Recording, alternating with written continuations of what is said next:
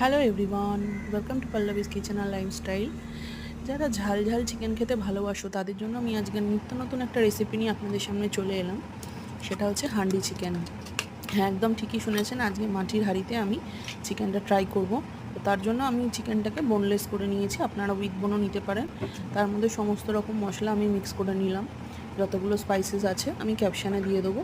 একটু সর্ষের তেল তার মধ্যে অ্যাড করলাম এবং সমস্ত পেস্টটাকে আমি 30 মিনিটের জন্য ম্যারিনেশনে রেখে দিয়েছিলাম।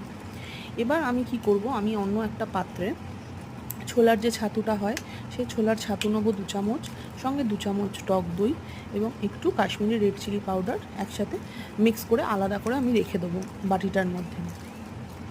মাটির হাঁড়িটার মধ্যে আমি সর্ষের তেলটা গরম করতে দেবো।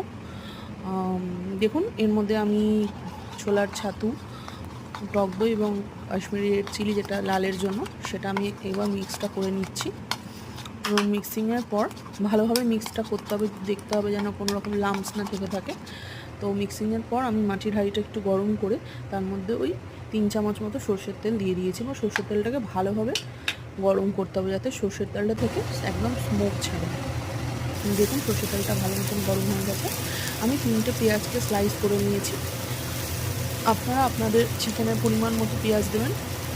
পেঁয়াজটাকে আমি গোল্ডেন ব্রাউন করে ফ্রাই করে নেব।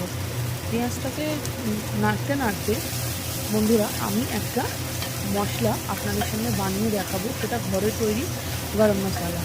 তো মশলাটা আমি সুন্দরভাবে আপনাদের সামনে তুলে ধরবো। মশলাটার জন্য আমি একটা প্যান নিয়ে নেব। এদিকে আমি চিকেনটাকে এখনও অবধি দিইনি, পেঁয়াজটাকে ভালোভাবে লাল লাল করে ভাজছি। আর অন্য চুলাতে আমি কী করব, একটা ফ্রাইং প্যান নিয়ে নিলাম এবং তার মধ্যে সমস্ত যেগুলো গোটা মশলা হয় পরিমাণটাও আমি ক্যাপশানে দিয়ে দেবো। সেই গরম মশলাগুলোকে গোটাগুলোকে ভালো করে একটু নেড়ে নেব, এতে টেস্টটা খুব ভালো এনহ্যান্স হবে চিকেনে। এবার আমি ম্যারিনেটেড চিকেনটা হাঁড়ির মধ্যে দিয়ে দিলাম। তখন আঁচটাকে একটু আমি লোতে রাখবো যাতে জ্বলে না যায় ভিতর থেকে। তো ভালো করে একে অপরের সাথে আমি মিশ্রণটাকে করে নেবো। মাটির হাঁড়িতে রান্না করতে অবশ্যই একটু সময় লাগে, তো একটু পেশেন্স নিয়ে কষিয়ে ভালোভাবে রান্নাটা করতে হবে। তো আমি এখানে মাংসটাকে খুব সুন্দর করে কষিয়ে নিচ্ছি। আর এটা আমার প্রথমবার মাটির হাঁড়িতে করা রান্না। এরপর আমি এটার মধ্যে যে গরম মশলাটা করেছিলাম সেটা গুঁড়ো করে 1 চামচ দিয়ে দিলাম, সাথে অল্প একটু গরম জল দিয়ে দিলাম। গরম জলে চিকেনটা তাড়াতাড়ি সেদ্ধ হয়ে যাবে।